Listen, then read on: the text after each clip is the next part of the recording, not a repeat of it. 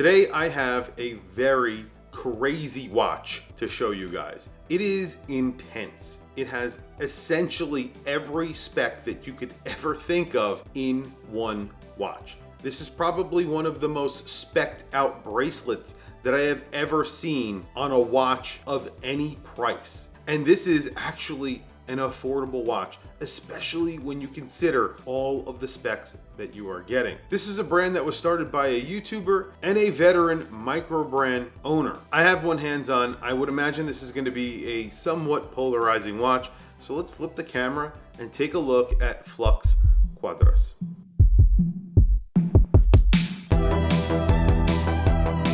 So right off the bat, I'm going to say that this watch is not going to be for everyone. This doesn't look like your average watch. The design here is pretty intense. There is a beautiful bracelet on here. Could be one of the best bracelets that I've ever come across on a watch that cost under $3,000, which is pretty incredible. There are details and specs that go into this bracelet that I have not seen on any other bracelet at any other price point. This looks sort of like, I don't even know what to say here.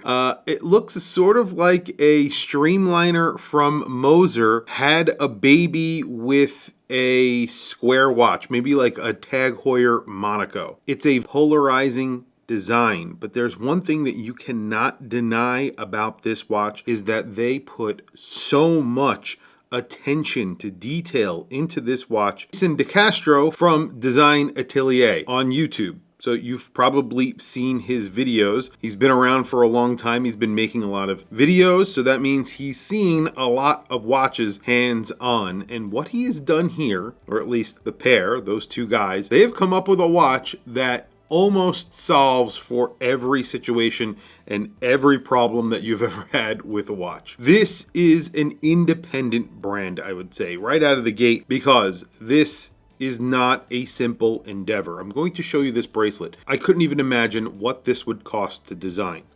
You have solid links, but each one of the links, not every single one of the links, but most of the links have a little push button on the back. I'll throw up pictures of everything that I'm talking about because there is going to be a lot to talk about specifically about the bracelet. But each one of these links right here have a little push button. You push that button and essentially the link comes undone. They're spring loaded. All you have to do is push that button, the spring retracts, and then you could put the link back on. That is it. Really simple. Press the button, take it off, press the button, put it back on. They're not the first to do that. It's a pretty good system. And then on the end link, you have another push button. It just says push on it. You push that. That's how you attach and reattach the bracelet or a strap. Then the bracelet has another trick up its sleeve. So there is a spring-loaded clasp on here, which is on other watches. Again, this is not something that I haven't seen before, but I haven't seen many brands put that into a bracelet, so that is interesting. And then there is micro adjust built into either side of this butterfly clasp. So on either side of these little larger links at the end here, there is on-the-fly micro adjust built in, and I'll throw up a picture of what I'm talking about. Just a little bit of adjustment, but there is actually a button that you press and it slides. All you do is just undo this, press this button right here, and it slides out. You can see that little bit that it slides out and then slides back in. You have to press the button to slide it back in. So pretty cool, very unexpected. I haven't seen that before. I will be honest, I have not seen a button operated on the fly micro adjust in a butterfly clasp like that. You also get a very trick dial on here. So I'm going to start with the dial down. So you're getting a sapphire crystal that is curved with AR coating. You are getting floating indices. Now the way that I can tell that they have done this is essentially they have put a sapphire track that is higher off the dial, and then the indices are applied to that track. Now, I don't know if it's sapphire, it might be another material that I have not been able to determine, but if I find that out, I will throw that in the description down below. You can even see there is a little bit of glass or plastic, whatever it is, under each one of the indices. It's kind of an interesting look, especially when you're not looking head down. When you're looking on its side, you could see that, and you could see that they are floating. Then you have an enamel dial that is textured. So that's a stamped texture and it is enameled. You have lume on this dial. There is, I believe, a little bit of lume in that clear track, that floating track. And then you have lume on the hands. I think there's even lume on the seconds hand, which is excellent.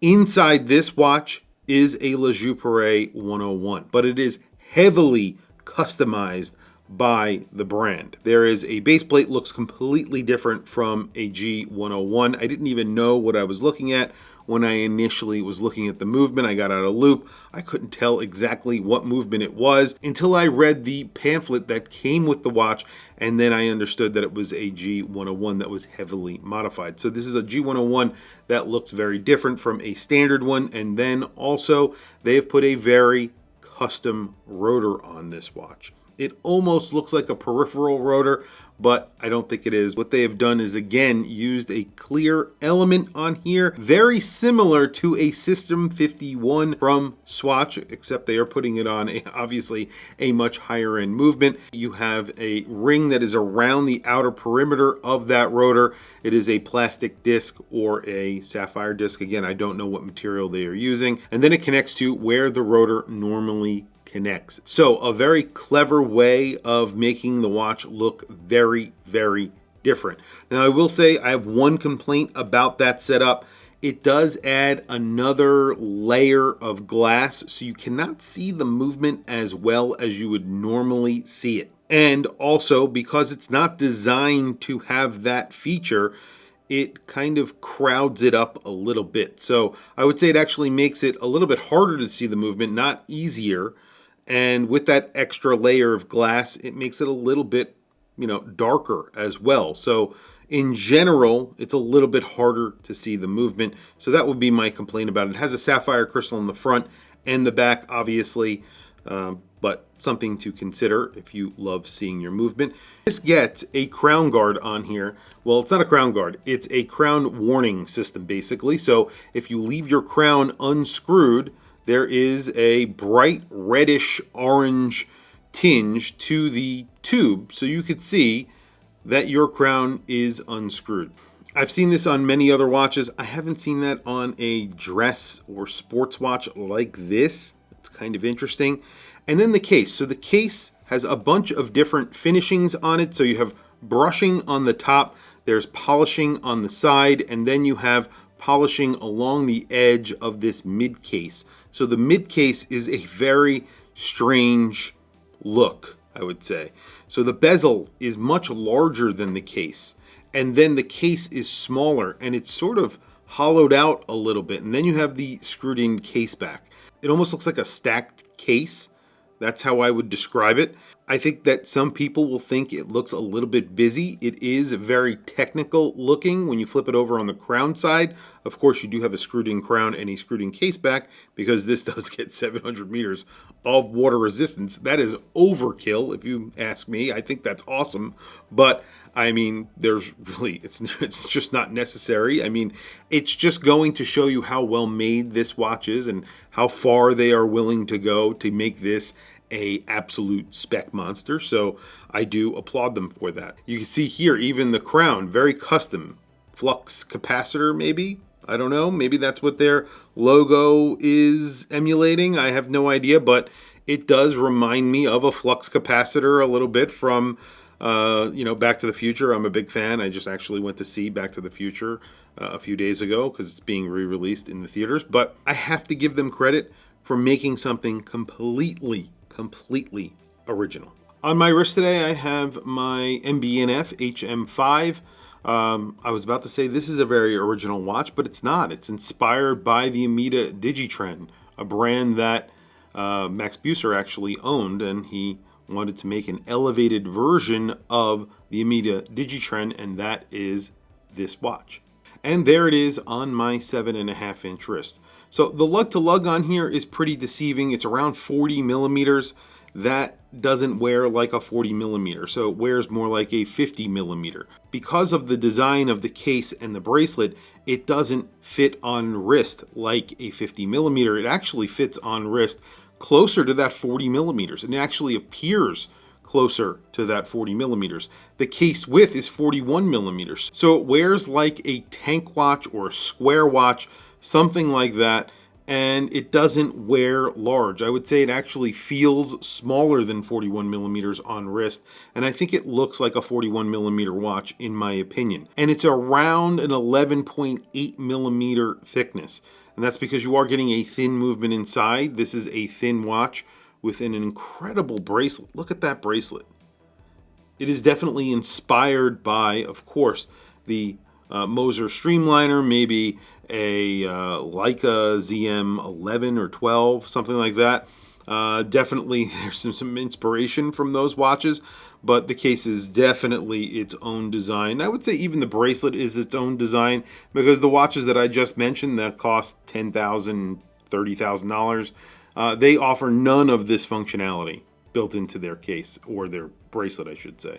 So something to think about, these other brands. And it doesn't really make the bracelet thicker or uncomfortable to wear. It is pretty impressive. And there it is on the strap on my 7.5 inch wrist. This is the red dial. It has like a neon red kind of color, I would say. It's like a very bright red, and then you have a very bright rubber strap on here. Well, there's the lume. I would like to see a little bit more lume on here. It's not incredibly bright. It's decently applied to the hands. It's just the indices. So you do have lume on the primary indices, so that is very good. And then you have lume that goes around that track. It's the track that fades pretty quickly. So I'm impressed that there is lume on here anyway. I mean, this is technically a dress watch, but it's made out of 904L stainless steel with an extra hard coating, 700 meters of water resistance. I giggle when I say that because it's pretty incredible. You also get a very technical case, a very technically difficult bracelet to make. I would imagine that cost a lot of money to create, because it's a lot of things that just currently don't exist. You're getting a lot of little details on this watch that you're not going to find on a watch this price, and in some cases you're not going to find it on any watch at any price, which is impressive.